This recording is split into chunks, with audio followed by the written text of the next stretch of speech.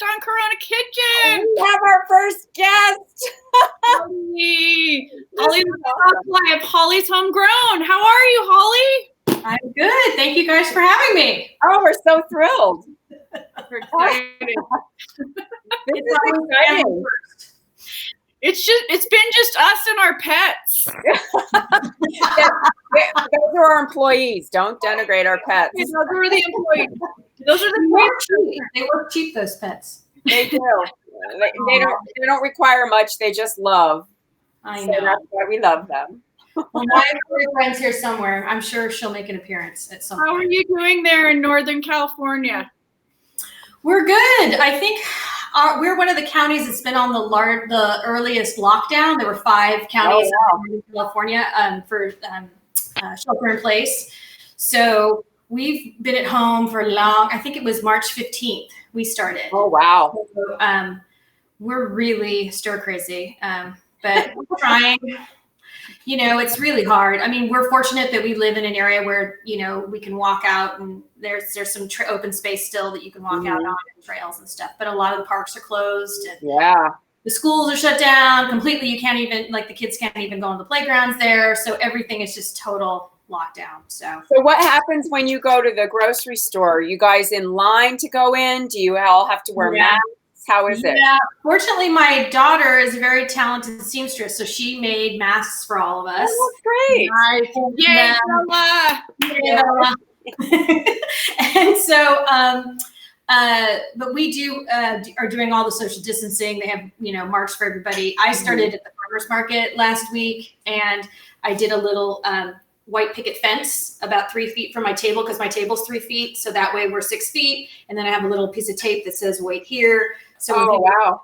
And they just have to point to what they want. So, but it's really, you know, for the most part, people have been really respectful about it and been really good about it. Every once in a while you get, you know, some guy who's just got no gloves, no mask, and he's like, hey, you know. I know. I saw people like that today. I went to Sprouts.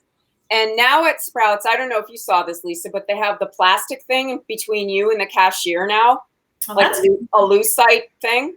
Mm-hmm. But then we drove away. Most people were wearing masks and gloves. Some people were not. And I absolutely said something to them. And I said, you should not be allowing anyone in here who is not masked and gloved. Yeah. And they were like, yeah, we know. I think they're going to get there. But then David and I were driving home and we passed a food truck that was very busy. Not one person was wearing a mask or a glove, and they're all standing around outside the truck. Yeah. You know, that's really disturbing. It was very disturbing. Well, when people were commenting about the farmers market still being open, and farmers are considered an essential business, and I was thinking, you know, at first I thought, you know, well, it is people gathering, but the more I thought about it, actually, you know, a product like mine, which I grow, I package, and I sell. So the only hands that have touched it are mine, you know, and I wear gloves and protective. I wear a N95 mask. So you've had one person touch what you're purchasing from me. So, but if you go to the supermarket, you had, you know, the farmers who grew it, the workers that picked it, the people that stored it, the people that unstored it, the people that put it on the shelves. I mean, you've got 15 touches before you've touched it. Right. So in a way, the farmers market actually is a really safe place to go to, because it's open air too, and there's a lot more space, and a lot less people have touched your food. Yeah. So, I mean, nothing's perfect, and we're really trying, and it must be really hard to sort of change all this overnight. But I would encourage people to go to farmers markets, because it is very safe. Cool. Thank you for that. That's a great tip. Well, what are you making for us today, Hollie? Yeah. Well, by popular demand, we're doing the Passover spectacular eggs. Although I grew up very Roman Catholic, my Jewish husband, this is his family's recipe. Oh, and wonderful. My mother-in-law was kind enough to share it with me, and her mother-in-law was kind enough to share it with her. So I am the 3rd generation. That is so cool. Elena, I don't know if Elena's watching, but hi, Elena. And her mother-in-law was Serena, which was a beautiful name, and I completely forgot about that. I was like, we could have named our daughter that. But Serena Alcalay apparently was quite the cook, and she taught my mother-in-law a lot of great recipes from Bulgaria. So we're going to do those Passover eggs that I posted with that beautiful picture, the ones that look like wood eggs, and then we're also going to do Easter, since Easter's on Sunday. Yeah. And in our family, the tradition, of course, you've heard about our mom and being the original health nut. Yeah. I have, my grandmother was that. So yeah, we the avocado sandwiches, and the 9,000 grain bread. Oh, it's amazing with the dental help with that. But anyway, I just remember that horrible peanut butter that came out of the machine that tasted like stale peanuts. I told you, Debriana, Franny was hardcore. Grape nuts was like Lucky Charms for us. Yeah. We would go to friends' houses to spend the night. We'd open up the pantry and be like, oh, like, what is all this sugar? But anyway, so of course we couldn't use the Paz or Paz, I don't know the brand. Paz. Yeah, brand coloring, because as Franny would say, it's poisonous. So like she also said about maraschino cherries. What else? There were a whole litany of things. And it actually turns out she was right, because they had that dye in it that was carcinogenic. Any hoodle. So we have to do our eggs naturally. So we always use natural dyes. So we're going to do a couple. I did a bunch of colors earlier, and I'm timing them because it depends how long you keep them in the liquid with the plants, that they'll get obviously the color gets darker and darker. So I did some at a half an hour, and then I'm going to take some out today that will have been at about 4 or 5 hours.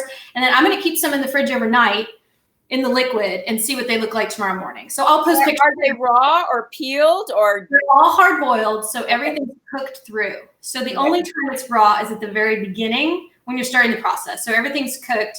And then when things become room temp, they need to go in the fridge. But eggs can last hard boiled in the refrigerator for up to a week. So they're safe to eat for a week. Okay. And those are all of our safety.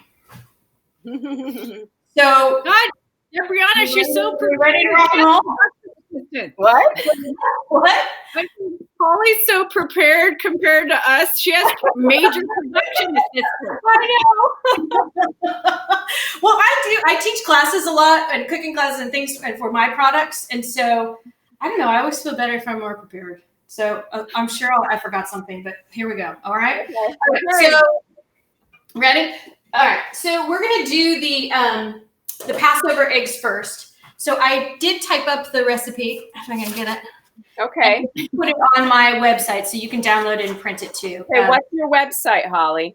It's hollieshomegrown.com, and it's Hollie with an IE. So it's HOLLIES HOMEGROWN.com. Under recipes. So the eggs that I took the picture of, these beautiful brown ones, the ones that look like the wood. Oh, look at that. That's fancy. Nice banner. Yeah, see, there's somebody tech savvy in this group.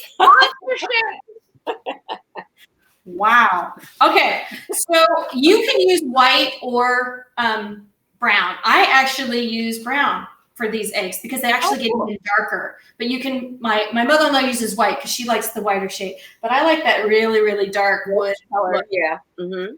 So most important thing is start with cold water. The trick with your eggs not cracking, and it doesn't always work because I cracked some this morning, is to first place them in cold water. So this pot here is full of cold water. So you just gently put the eggs at the bottom in cold. So side note, if your eggs start to float in your water, that means that they are no longer suitable to eat. They've gone bad. Oh, so point. Sinking eggs, you want your eggs to sink. Once they're hard boiled and cooked, they start to rise a little bit, that's fine. But when you first put them in the water, double check to make sure you have sinkers, not floaters, because the floaters okay. Okay? I never knew that. See, this is what I'm here for. Yeah. Okay. So next we add some vinegar, and the vinegar helps, the acid helps break down the calcium in the shell of the egg, right? Mm-hmm. So I just helps the color set. Yeah, it's 2 tablespoons. Okay. Next, it's to, God, I always do this by sight. I never actually follow. Well, that's okay. Your sister's doesn't do that either. I know. Croatians don't use recipes. She eyeballs everything. Yeah. So I eyeball it first, and then I measure it because I like to know I'm right. I know that's what my recipe. People, what did you do that? So this is just instant coffee. I'm not a coffee drinker, so I don't have any coffee beans or anything. But this is just like Folgers crystals, but the organic Whole Foods kind. And it's just 2 tablespoons of these. It's just freeze dried. Yes, it is. How about that? It's 2 tablespoons. So your eggs are caffeinated. They are. That's awesome. You'll wake up. And then I also add cinnamon. My mother-in-law does not do this. I started doing it because it made the house smell really good when I did it. And I was trying to think of other brown things that would give it color that I could put in there. So it is 1 tablespoon cinnamon. Well, I always put cinnamon in my coffee. When I want to have a special coffee, I'll put cinnamon in the milk that we froth. It's really big in Mexico. I love putting cinnamon on the foam. Mm-hmm. Yep, me too. So it makes sense to do that to me. Well, there you go. See? Okay. So I'm going to go ahead and turn this on. Now, this is the thing about the onions. So it's the onion peel, which is just this brown part. Don't use the white actual onion. It's not going to help. This is for color, so it's not for. So these can get a little tricky, but if you wiggle the top part, usually the peel will come off. Usually. And then you can have the onion for dinner later. I know. I'm thinking about what onions I have. Yeah, these are yellow onions. What my mother-in-law Elena will go ask the grocery store, the produce people in the thing to give her some, because they kind of fall off. Yeah. So she'll get extra. I only have 2 onions left, but you can really add a lot of these. So this is something too that you can save. Like people, if you make your own vegetable stock, you can always save these. Put them in the last episode. That's episode 15. Debriana and her bag of goodies in the freezer. The mystery items. So then this just gets mixed, right? You've got all your ingredients in here. You mix it. Let it come to a boil. The second it comes to a boil, turn it on simmer. Mm-hmm. And then literally it can cook up to 10 to 20 hours. Whoa. Okay, so this is the story of what these eggs are. Because it's funny, I told my mother-in-law we had this great response about her eggs, and people love these. I mean, she's made these for years. They're like legendary. She lives in Los Angeles. And so when I told her about this, I said, well, tell me more about Serena and where did the recipe come from? She's like, gosh, I don't know. I don't remember. So I think Elena speaks 5 languages. She's a docent for the Getty. So she's the person that you want on research. So she's like, I'm doing it. So she called me yesterday, and this is what she told me. So let me grab my notes. So originally, these were called huevos geminados, which sounds Spanish, but it's actually Ladino. And Ladino is the language that they spoke in Spain, that the Jews spoke in Spain. So this is a version of the Jewish of Jewish culture speaking, sort of like Yiddish. They had their variations, like Yiddish is German.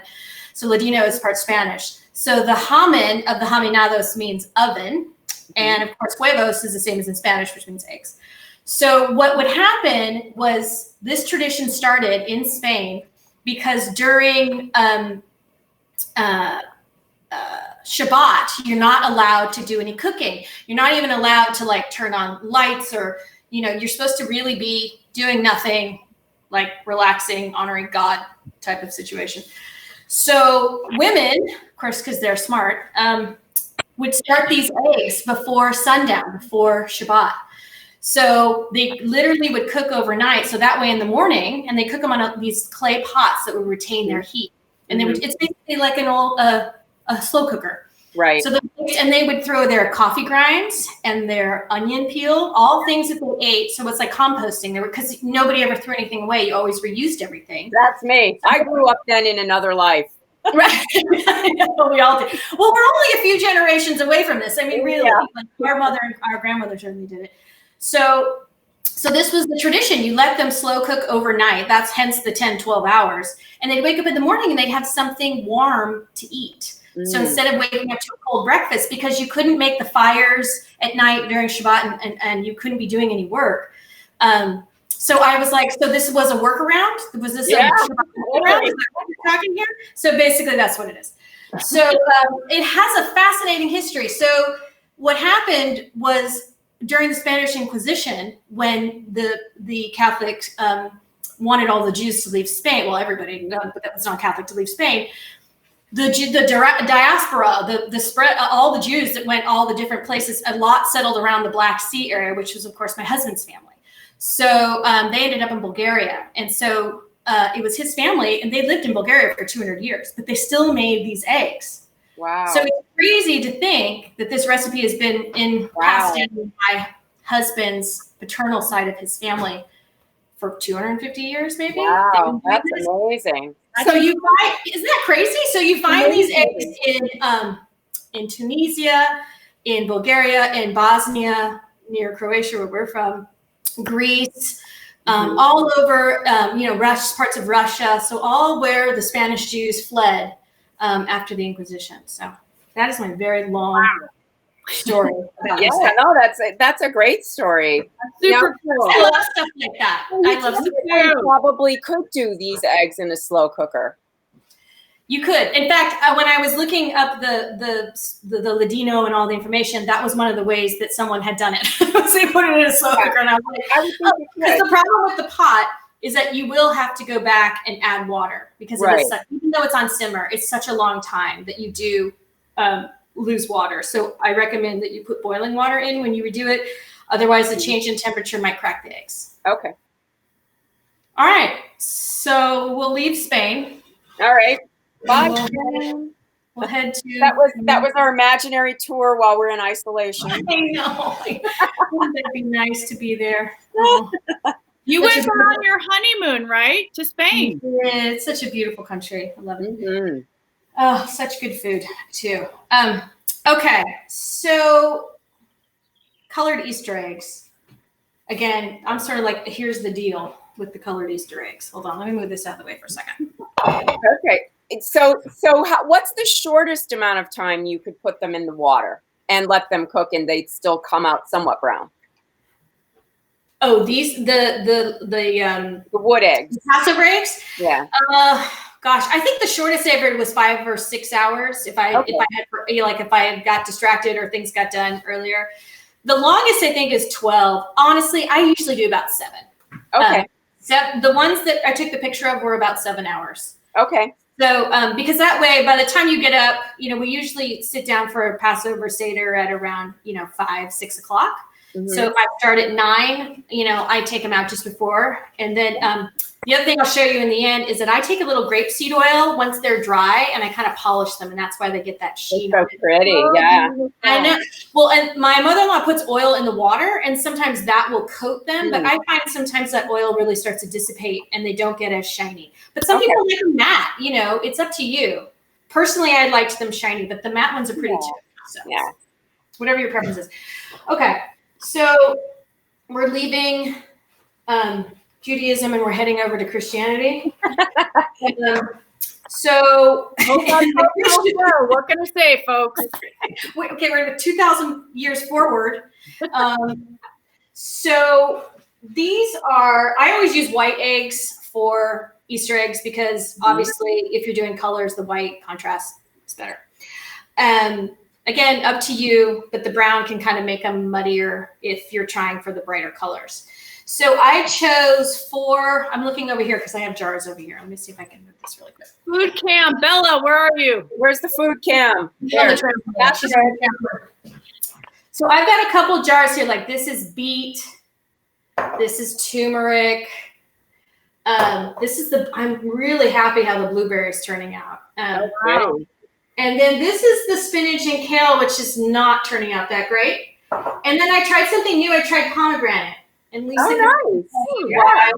It looks like you're a mad scientist over there. I love anything I can put in a mason jar makes me happy. Yeah, you're with the mason jar girls. You're with the mason jar lover too. Mason jar cult member. Okay, so I decided to do the pomegranates because Lisa will tell you when we were younger, when your family's in agriculture, a lot of times you'll get like around Christmas or harvest or holidays, people will give you whatever their family grows. Mm-hmm. So we used to get like cases of stuff, dates and avocados, all from growers that had farms near ours, oranges, lemons, all kinds of stuff. And one of our favorite things to get were pomegranates. But my mom, being Croatian, was very clean Jean, right? Everybody scrub all the time. Yeah. Everything has to be clean. So pomegranates were her nemesis, and we loved eating them. So she literally designated a shirt. Do you remember your pomegranate shirt? Yeah. We ate a pomegranate. We'd run to our room, put on our pomegranate shirt, which of course was covered in red stains. And that was what we had to wear while eating pomegranates. Don't mess up your other clothes. So you're going to ruin everything. You're going to ruin it. So I was thinking of other things to dye, used as a food dye, and I was like, I have to try something different. I was like, oh, pomegranate. Well, I know it stains our clothes. Surely it can stain eggs. Yeah. So how did you do that? How did you get the juice of the fruit or the vegetable that you have in your jars? Funny you should ask. Sure. Okay. So with these, very similar process. So we're just going to do 3 colors now, but you'll see. So I'm going to do 2 eggs in each one. You can do however many you want that fits in your pan. So this is just a regular, if you can see that. Okay. Yep. Whoops. And it's enough water to cover the eggs. Make sure they're covered. Okay. So we're just going to water. Cold. Start with cold. Okay. Cold water. Okay. And then turn it on. And you want it on medium heat. You don't want it on super high. And it will, once it gets to a boil, you just turn it to a simmer. Okay. And again, I have all these typed up, these instructions, which I'll get to everybody. And if you really want to go crazy, Martha Stewart, I call her Martha because I consider her a close personal friend, even though we're also similar. Martha fans. I did get to meet her, which was pretty awesome once. She won an award. She's being very modest. She won something. What was it, Holly? The Martha Stewart. Martha Stewart has this. I'm putting vinegar in, by the way. Same thing. Okay. Martha Stewart has a wonderful competition called American Made, and it's for crafters of all kinds, food, clothes, all kinds of stuff, all different categories. And so I was a finalist in one of her food. Oh, how cool! So I got to go to New York and meet Martha. Yeah. It was Mecca. It was awesome. I never wanted to leave. But anyway, they made me. They ushered me out. No, they didn't. Okay, so the 2 best that give you the best color by far are turmeric and beets. Mm-hmm. Right? What were you just saying?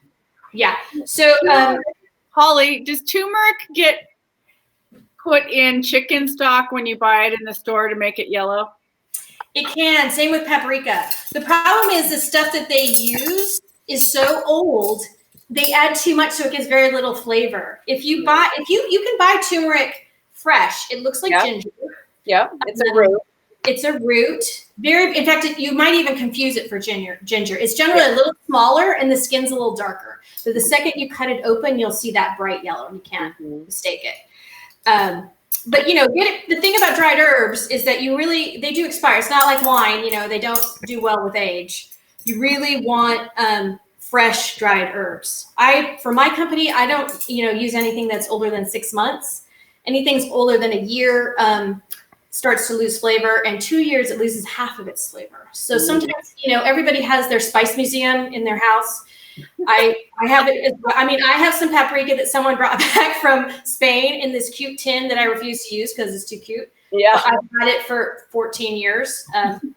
Anyway. So we're all guilty of it, but try. You try. And if you do use, if you decide to bust open the museum, make sure you're going to have to double the amounts at least. So check the flavors when you're using. Okay, so it's 2 tablespoons of turmeric. And this stains like crazy. I mean, just to clean my bowl, I had to, even this on the stainless steel. So really be careful when you're cooking. Okay, so you let that cook. And then for the beets, I found a new trick for the beets. So get your grater out. The thing about beets is, they grow in the ground. So they're covered in dirt all around the base, right? Mm-hmm. So that's fine if you're eating and you're going to scrub them off and you're whatever. But for our purposes, we don't want to have any dirt because we want just the color. So go ahead and just cut that part off. Okay, cut off the tip, and then cut all the sides. So you're just going to cut around. Well, you're not wearing any gloves. Those beets will stain your hands too, right? But another trick about beets is if you wash this all off right away, like I'm going to cut this and grate this, and then I'm going to go right into the sink. It doesn't stain. Okay. Okay, so take your beet, grate it. And I'm not going to grate the whole cup. Did you get the idea? Tips with Hollie. So grate a cup, and then take whatever is left over and chop it into chunks. Because those are good for the longer cooking time. The grating ones will start to give it color right away. And just plop that all in the water. That's just the amount is 1 beet. It's 1 cup, yes. 1 cup of grated, and then it's about a cup of the chopped. Okay. But it is also, I also did write that down. So then we're just going to go quickly straight to the sink and rinse these. Hi, where's the cameraman? I know. Did she just leave? She just went off the screen because we don't have a camera. Bella. She left the set. She did. There she is. She's striking. Right. Okay. So the other one, let's do the blueberries just because they turned out really well. Can you hold the camera? Bella, you want to see inside the pot when she puts Did you use frozen blueberry? Oh, look at the camera moving. Oh, wow. Wow, right. Behind the counter. Oh, nice. Okay, so you see? Yeah. And then these are the eggs I did that were cooked for half an hour, the color. Wow. And then there they are. Yellow, yeah. So then these will pull out and I'll put them in front so you can see. So I'm going to do a gradation of time and you'll be able to tell. Okay. So this is the turmeric. Yellow. Wow. Isn't it? And then these are the beets already. Wow. And then we'll throw on the blueberries. Okay. So can you go put it? Have you ever tried like putting wax on the egg first or some kind of like tape to make a design? Yes. Yeah. You can take a crayon and draw little designs on it. You can go to, I'm going to send you the link to Martha Stewart's page because she has 46. That's a 4 and a 6 different ways to decorate your eggs. So I went down the literal rabbit hole of egg decorating on Martha Stewart. And about 7 hours later, I came out. And, it was really cool, actually. I mean, everything. She's Polish, our dear friend Martha. Right. And the Poles have a wonderful tradition of egg decorating. Yes. Most of Eastern European countries, but they do. I mean, the stuff that they make, it's incredible. It's artwork, really. It's a beautiful, beautiful tradition. So, so she's way into her eggs. So you go a little cray on the eggs. Is what that's what she's saying. So that you definitely can use crayon. The other thing that a lot of people like to use is you take a plant or some sort of paper decoration and you take pantyhose or stockings, as our grandmother used to call them. Wow. And, you cut off the foot essentially. Mm-hmm. And then so you place the plant matter on top of the egg. Let me get an egg. So, you would place the plant right here and then you wrap the stocking around it and then tie it. Yeah. And then you put it in the water so it's a placeholder for the plant. And then it dies. And then when the D-Y-E, not dies, D-I-E. Mm-hmm. And then when you take it out, you peel off the plant and you have a little, Yeah. The impression of where the leaf was. Yeah. Yeah. I only see one problem with this issue. Make sure the stockings were washed before. Who has stockings anymore? I don't know. Well, that's what it's so funny. So I'm on one of the Croatian food sites, and a woman did them, and they were beautiful. And I thought, do I even own? I don't even. And they're nude. Of course, they're the nude kind. I was like, oh. Yeah. So That's funny. tights. I didn't have any, so I did not do that. So this one's boiling. So we're gonna once these colored start. So I also did the blueberry. So now we have 3. So we're doing the turmeric, the beets, and the blueberry. And essentially, And how long are they staying in those pots?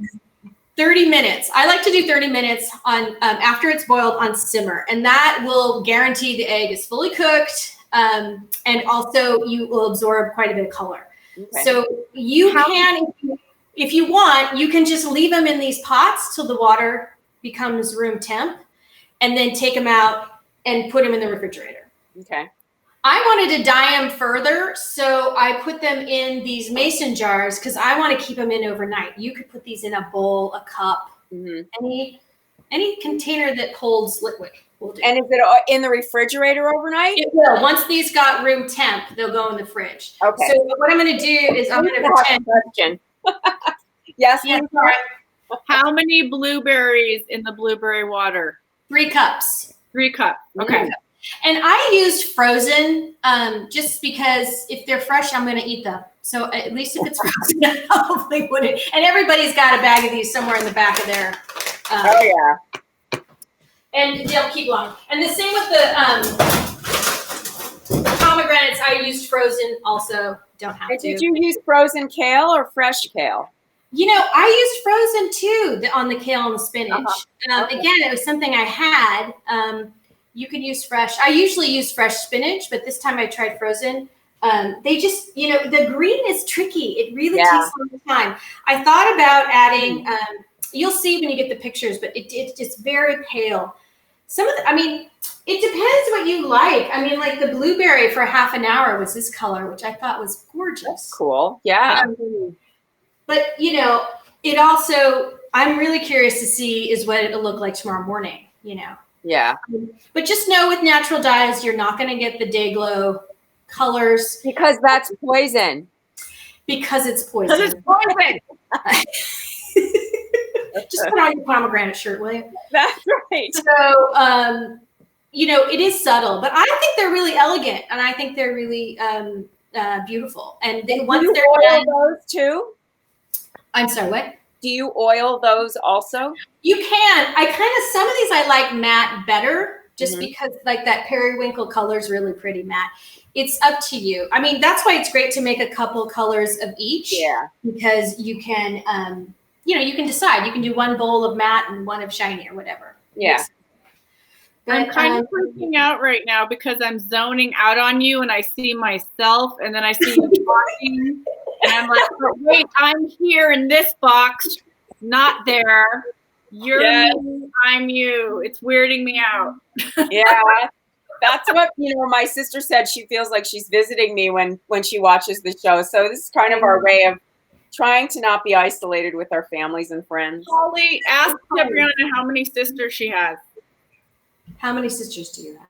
I have 5. And there you go. Yeah. That's it. No, I know. We're like twin families. It's weird. It's girls club. We're the My girls club. grandmother was the natural food person. My grandmother, my father's side, she had a juicer before anybody even knew what a juicer was, and was having vitamins and, treating things with vitamins. I used to lay on the couch with her and listen to Dr. Linus Paul or somebody like that and listen to the vitamin show on the radio. I mean, it's funny because for some reason that generation after World War II, they wanted so badly to be American, right? And part of all of that was this introduction of pesticides and processed food, bologna and Cool Whip and all this stuff. And it was so far different than anything our grandparents and great-grandparents and anybody had really done, Yeah. But I think specifically to be American, which is what, if you're an immigrant family, the message that my family got was to be as American as you can. Right. We had, part of that was accepting this food culture. Yeah. And a lot of those foods were not great. You know, they were No. very processed. So I love now that people are, you know, it's become a lot more common for people to, you know, try to make stuff from scratch. And there's so many great healthy shortcuts now too, so you don't have to slave away like our grandparents did. But So do you think if you put an egg in tomato sauce, it would turn red? I guess, yeah, I suppose. Well, it might. It depends on the pigment. You know, it's all about. You know, I was thinking about different herbs to use, especially for the green, and I was like, well, what about rosemary? Raspberries might do it then. Maybe, yeah, blackberries would be good. Yeah. What about cranberries? Yeah. It's so funny. I thought about cranberries. They were next to the pomegranate, but then I went off on the pomegranate tangent. Well, this is how the pomegranate does. Yeah, I got a thing for pomegranates. But you can try any of that. I think that, you know, I was like basils and stuff like that. There's so much moisture in those plants, and it's not a lot of pigment. So you really want to look for something. I mean, honestly, think about what stains your clothes the worst. Right. Yeah. Salsa. No, Lisa, not what you spill on your shirt when you're eating. See, there's the tomatoes. This is like the salsa thing. Now we know what Lisa does. She's sloppy when she eats salsa. I missed my mouth on the nachos. It's okay. It happens. Anyway, so that's basically how to do the natural dyes. I'll post the final picture so everybody can see the difference between kinds. Yay. And that's it. It's not particularly complicated. It's fun because you can get your kids involved, and because it's not it's not too complicated, and and enjoy them. And also the eggs, you know, taste good too because they don't have all that gross dye on the outside too. So I do wanted to show you my beautiful apron. Can you see my apron? Oh, yeah, I can see a little bit. That's great. Where'd you get that? So this is my friend Julia, who's an artist, and she does tablecloths and tea towels and aprons and all kinds of stuff. And her company is Sip, Savor, Love, and I'll send you the link to it too. Oh yeah, do that. Thank you. We like to plug all of the crafty people who make. I know we're all thank you anybody that we're all struggling. It's hard, small businesses. And is it sipsaverlove.com? Yeah, I think. Yes, it's Sip, Savor, Love. Okay. Well, we're really grateful that you came on Corona Kitchen today.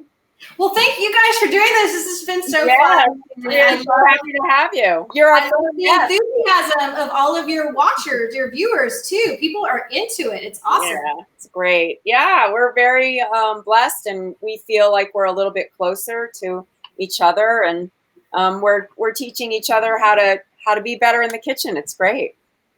Unfortunately, it was a pandemic that brought us all together. You know, it's the global pandemic. Yeah, we're taking the love from it. This is a silver lining for sure. Yeah, absolutely. Well, it's so nice to meet you. Thank you so much for sharing all your secrets with us. Sure. Thank you, Hollie. We'll try to happy Easter and happy Passover. Happy Passover. Happy Easter, happy Passover. We'll try to have you again on sometimes because she's an amazing chef also. Yay. Yeah, let's do that. Her stuff. Bye. Bye. Check out Hollie's Homegrown too. Bye. Bye.